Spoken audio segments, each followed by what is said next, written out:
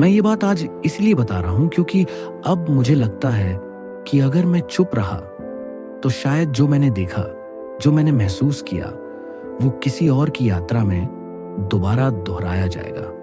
ये कोई कहानी नहीं है, ये मेरी जिंदगी का वो अनुभव है जिसे मैं आज तक पूरी तरह समझ नहीं पाया हूं। यह घटना 2019 की है। उस समय मैं काम के सिलसिले में पहाड़ी इलाके की तरफ जा रहा था। दिन में कोई साधन नहीं मिला, इसलिए मजबूरी में रात की साझा टैक्सी लेनी पड़ी। पहाड़ों में रात का सफर कोई पसंद नहीं करता, लेकिन उस समय मुझे बस मंजिल तक पहुंचना था।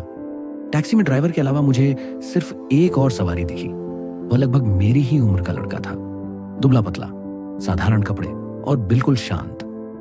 न उसने फोन निकाला, न किसी से बात की। वह बस खिड़की से बाहर अंधेरे को देखता रहा। उस समय मुझे उसमें कुछ भी अजीब नहीं लगा। जैसे जैसे गाड़ी आगे बढ़ती गई, रास्ता और संकरा होता गया। मोबाइल नेटवर्क पूरी तरह गायब हो चुका था। बाहर घना जंगल, अंदर एक अजीब सी चुप्पी। करीब रात के 11 बजे अचानक गाड़ी झटके से बंद हो गई। चारों तरफ पूरी तरह सन्नाटा था। न कोई घर, न कोई दुकान, न कोई रोशनी, सिर्फ पहाड़, जंगल और अंधेरा। मैं और ड्राइवर दोनों गाड़ी से बाहर उतरे। ठंडी हवा चल रही थी और दिल की धड़कनें तेज हो चुकी थी। जब मैं दोबारा गाड़ी की तरफ मुड़ा तो पीछे की सीट खाली थी। वही लड़का जो कुछ देर पहले तक गाड़ी में बैठा था, अब वहां नहीं था। मैंने आसपास देखा, गाड़ी के पीछे, सड़क के किनारे, लेकिन वह कहीं नहीं था। तभी मेरी नजर जंगल की तरफ गई। पेड़ों के बीच मुझे एक आकृति खड़ी दिखाई दी। वही लड़का। इस बार उसका चेहरा साफ दिख रहा था। न वह डरावना लग रहा था, न गुस्से में, बस बहुत ज्यादा थका हुआ और उदास। मैं कुछ बोल नहीं पाया। मेरे गले से आवाज नहीं निकल रही थी।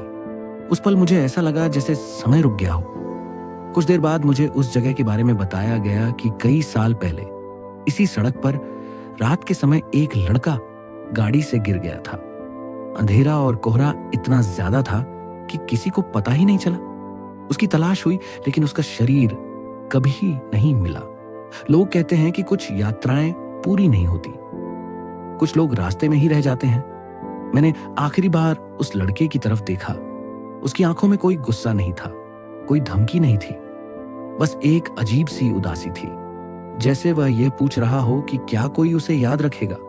अचानक तेज हवा चली, पेड़ों की आवाज बढ़ गई। उसी पल गाड़ी अपने आप स्टार्ट हो गई। जब मैंने दोबारा देखा तो वह लड़का वहां नहीं था। जंगल फिर से शांत हो चुका था।